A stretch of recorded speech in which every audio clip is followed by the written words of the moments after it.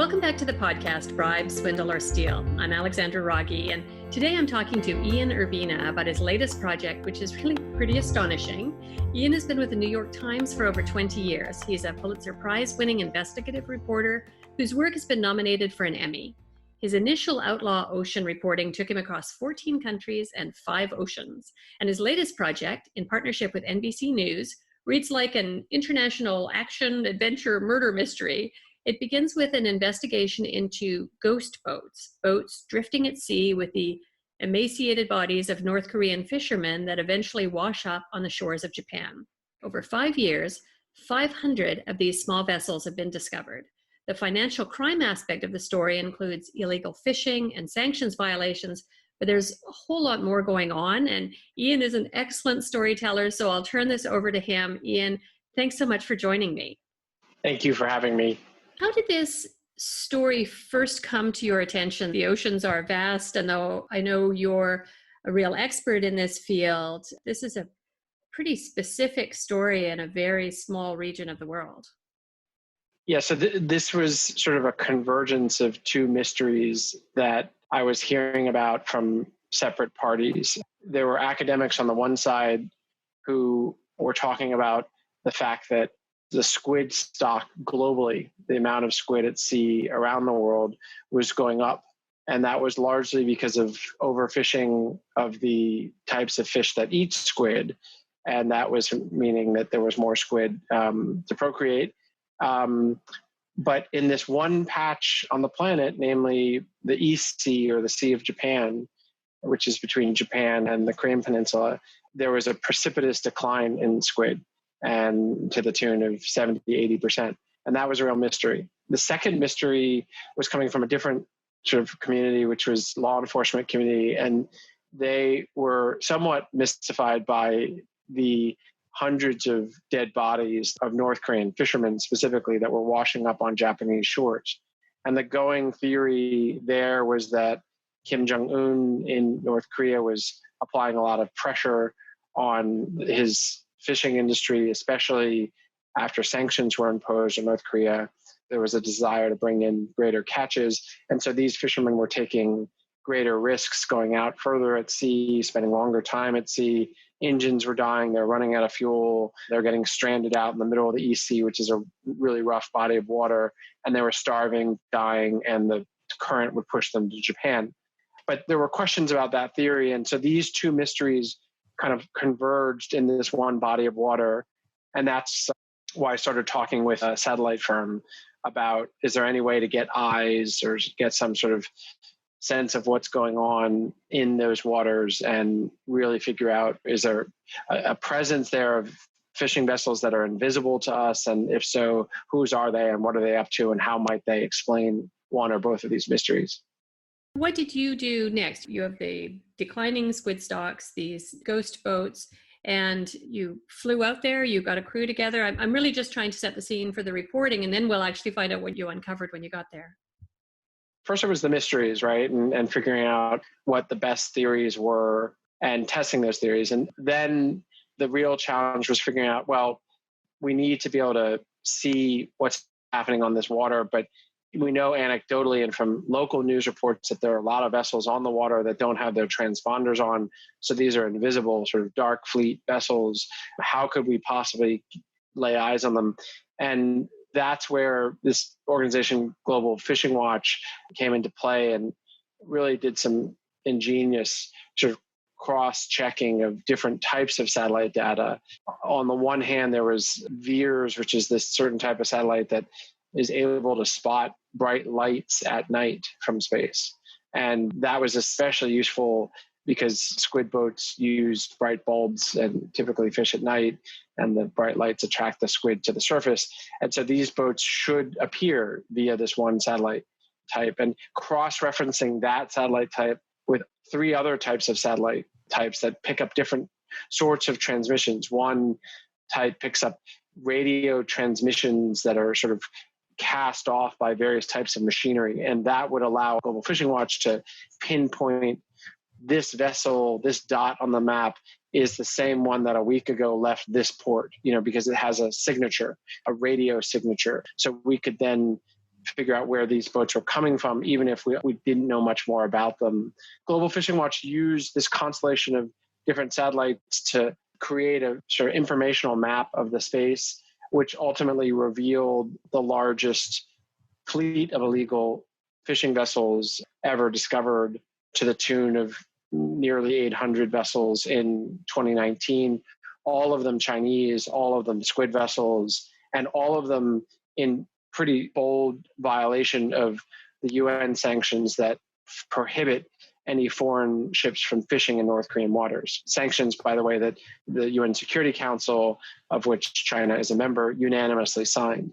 So this was a big deal. And the next step for me, just as a journalist, was I wanted to get on the water and kind of ground truth, if you will, what the data seemed to indicate. So we took a team to South Korea, a team meaning my photographer and I and a translator, and we bought our way onto a South Korean squid vessel and convinced the captain to take us to a certain place in the waters near the North Korean sea border, where we suspected we would, if we waited long enough, spot these Chinese vessels traveling through South Korean waters on their way to North Korean waters. And indeed, we waited there and saw something on the radar that looked like a blip, and it looked like just one vessel. And we thought, okay, well, this has got all the features of a Chinese squid vessel, and it looks like it's heading into North Korean waters, so we might be able to spot them. And when it got close enough, we realized it wasn't one, it was 15 vessels and a sort of row of them that were sort of heading into North Korean waters. And so we fell into line and began video documenting the vessels. And we sort of attempted to interact with the captain, who would not engage except to convey some standard maritime aggressive messages, essentially telling us to stop tailing them, flashing lights and blowing the horn. And ultimately, we put a drone up over the vessel to try to get better visuals on the features on the vessel and how big it was, what kind of gear it was using, whether it had any identifying numbers. All the vessels, by the way, that we spotted and filmed were flying Chinese flags. And at that point, when we put the drone up, the lead captain in the convoy split off and came at us in a way that essentially conveys that this is a warning before we will ram you. And so our captain decided, that was as far as he wanted to go with this, and he decided to pull off and take us back to land. So we began our voyage home.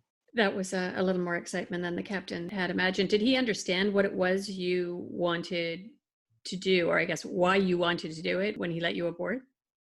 He did, yeah. And we felt obviously a certain obligation to be upfront with him about that, just because of the risks at sea and then also at home politically.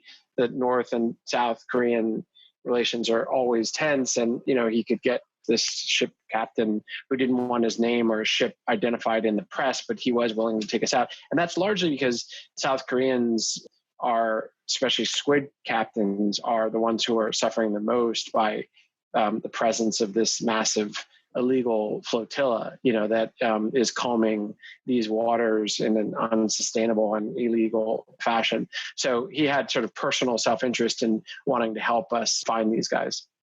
I want to back up for just a second, because you mentioned that the transponders were all turned off, even though they were flying Chinese flags. And that's interesting as sort of evidence of guilt, if you like. What is the import of, first of all, having a transponder, having it on, and then the decision to turn it off? First of all, transponder is this layman's term that I sort of often use. What we're referring to here in technical terms is AIS, which is actually sort of a collision avoidance system, very low tech, that was introduced several decades ago. And most ships use them. They're easy to turn on and turn off. They're inexpensive, and they transmit your position publicly if you have it turned on. Most countries require vessels, when they're passing through the national waters of those countries, to have their AIS turned on for obvious reasons, for reasons of avoiding collisions and such. The waters we're talking about here, the East Sea, also known as the Sea of Japan, there are no international waters there. So Russian waters abut with South Korean and North Korean waters. For the Chinese to get to North Korean waters, they have to pass through South Korean waters. And in South Korean waters, you're legally obligated to have your transponder or your AIS turned on. So first of all, it's a violation of national law that these vessels were crossing South Korean waters with those turned off. And as you say, it is a subtle implication of guilt because there's really not a whole lot of traffic in these waters. So the only time when there sometimes is a excuse to turn off your AIS is if you're in a place like the waters of Somalia, where you want to avoid piracy and you want to avoid transmitting your position because it'll make you an easy target. The waters of South Korea are not known for piracy. So the only good reason for the Chinese to turn off their transponders would be that they didn't want the South Korean Coast Guard officials to know where they were, so that then the South Korean Coast Guard officials might board those vessels and inspect them as they're legally allowed to do, and they do routinely. Chinese captains might not want to deal with that headache, and or they may have been instructed by their government, they being the Chinese, may have been instructed to be a bit quiet when they go through South Korean waters for the very reason of what we were reporting on, which is that they're headed to a place where they're not supposed to be. This is all speculation. It is, though, the case that they're not allowed to turn those off. Help us understand the connection here between the Chinese fishing vessels that are in North Korean waters and the ghost boats with North Koreans on them that have been washing up in extraordinary numbers on the shores of Japan. A lot of different players to keep track of here. So you've got North Korean waters, and you have a history of relations between North Korea and China. They're friends. And up until the 2017 nuclear tests, the North Koreans had a deal with the Chinese government where they gave, for many millions of dollars, legal fishing rights, fishing licenses to the Chinese government to allow Chinese ships to be in those waters. Then the sanctions came down as a way to try to get the North Koreans to stop testing nuclear weapons, and China signed those, and there was supposed to be no further foreign fishing in those waters. Now, you have a desperately poor hermit kingdom in the form of North Korea that is suffering from its own regime as well as the effect of the sanctions, and that trickle-down effect of that pressure is starvation and malnutrition and fuel shortages. And all of those things are relevant when you think about the huge fishing industry within North Korea and those fishermen who are in these wooden boats, usually 2 outboard motors, very, maybe 20-foot to 40-foot boats, maybe crewed by 5 to 6 men. And they would typically go out anywhere from 50 to 200 miles from shore and fish. And now you have the Chinese coming in, again, in flotillas. These are pair trawlers. The Chinese are a certain type of trawlers where there are 2 boats and they stretch a net between them. So this armada of Chinese pair trawlers come into North Korean waters, and they occupy the very space that these smaller, artisanal, if you will, North Korean foreign fishermen would typically go. And the Chinese are famously aggressive. And furthermore, the Chinese boats are huge. These are industrial trawlers, 100 feet in length. These wooden outboard motor North Korean boats really need to stay far away from them. They'll get run over, they'll get rammed. And so the North Koreans are therefore either staying on shore or they're going around and further out to sea than they were previously, so as to avoid the Chinese. And in so doing, they're getting stuck. They're getting stranded out there. And again, think of the fuel shortage means that these boats that the North Koreans are using is dirty, it's limited, it's expensive. The engines are very old, the boats are really rickety, and the waters of the East Sea or Sea Japan are really rough, super high waves and very cold, storms roll in fast. And so all of those factors mean that more and more North Koreans were getting stuck way out there. And again, they were getting capsized or engine failure. Ultimately, all of them end up getting washed to Japanese shores when they die, because that's how the currents move. From a kind of international law perspective, or even an environmental position, you have documented evidence, documented proof of Chinese vessels fishing to devastating impact when you describe the reduced squid stock in violation of international sanctions that they are themselves a party to. What is the likelihood of stopping this illegal fishing? What happens next? Is there going to be a penalty? Who's going to have to show the political appetite to pursue this? I mean, that's the $1 million question. I mean, there are a couple of players I would look to: the South Koreans, the Japanese, and the Americans and the EU. Right. So those are the four players that I would imagine, if I could be a fly in the wall of the foreign ministry or the UN rep from each of those countries or coalitions, they're the ones who would have the most interest.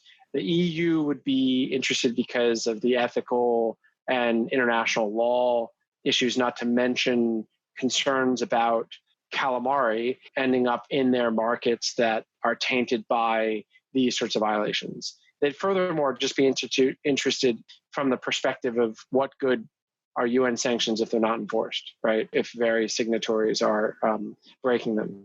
And so for all those reasons, I can imagine the EU is interested. Japan and South Korea would be interested for existential reasons, if you will. We visited this island that's in the middle of the East Sea. It's a South Korean island, and it is the spit of land that is closest to the North Korean sea border.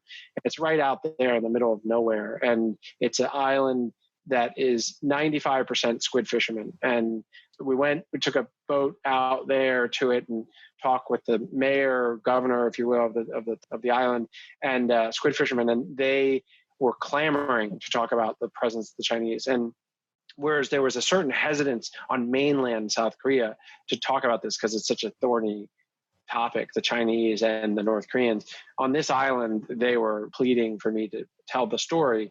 And that's because they have seen their catches fall off. They're being obliterated by this force. So South Korea in general, both countries that have long consumed a fair amount of squid, would have a lot of reason to want to press at the UN.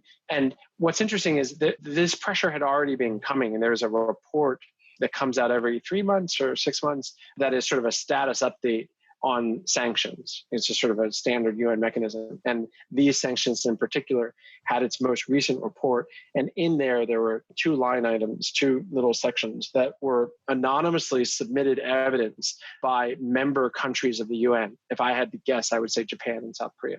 These countries were complaining about the presence of Chinese vessels in North Korean waters. And they had photos and anecdotal information, and then Coast Guard reports from the South Koreans who boarded these Chinese vessels as they were en route and interviewed some of those captains. And those captains said that their government was aware of this, and that indeed they even had papers, licenses from the North Koreans to go into those waters.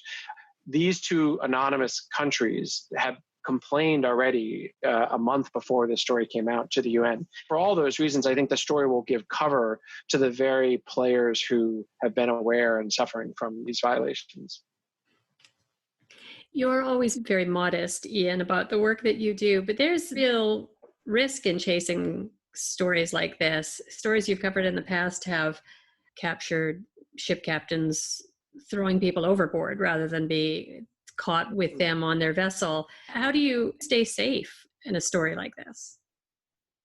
I struggle with this question. Yeah, I listen to my gut and I try to take precautions in judging the key players we choose to take us places or advise us or translate for us. So in this case, I was lucky to have assistance from key players within Global Fishing Watch who are South Korean, and one of whom is based over there. And he knew trustworthy captains who would take us to sea and, on the one hand, be aggressive enough and daring enough to get us close to get the story, to be able to document these ships that didn't want to be seen. But on the other hand, would have the good sense to know how close is too close and when we should pull out.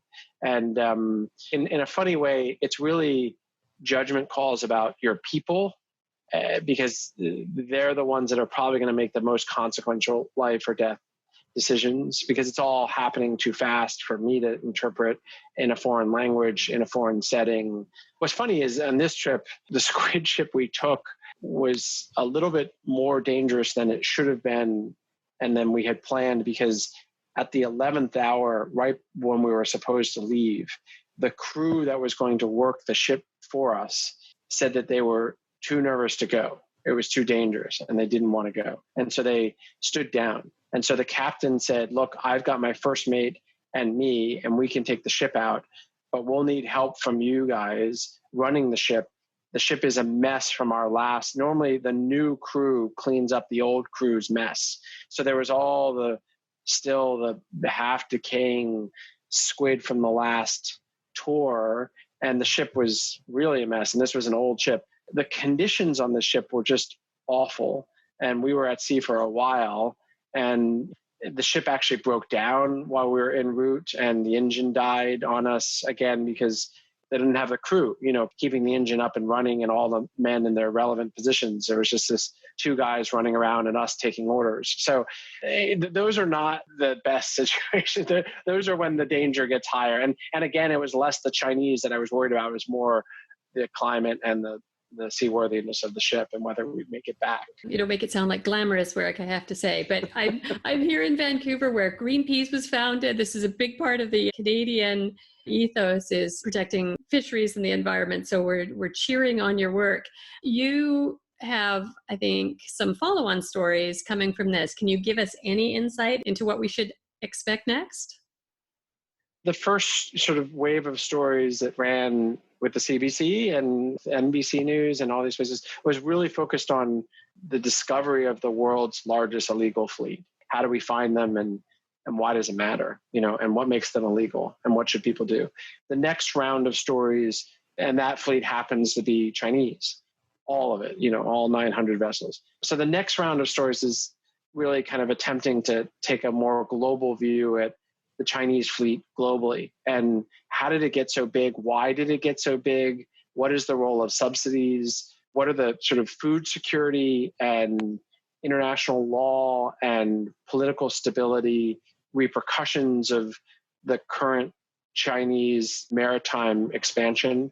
How does this huge fishing fleet that's over 3 times bigger than the next 3 biggest fleets combined, what does it have to do with, say, the Spratlys and the oil and gas exploration that's going on and heating up in conflict areas like the South China Sea and the Spratly Islands, or the Falkland Islands? The next piece attempts to take a wider angle lens at these players more generally.